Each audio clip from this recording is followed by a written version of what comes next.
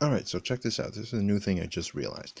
When drawing a row of teeth, I was actually drawing it in sort of an upward, like the head is facing up, kind of like this, like that.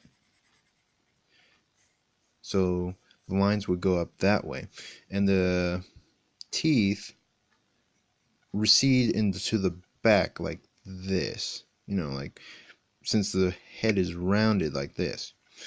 And one way I just figured to show dimensionality, yeah, of the teeth, is if you start out drawing the teeth really long and thin, and then they get progressively thicker as they come to the front. Yeah, and then you start to see them recede again as they go towards the back.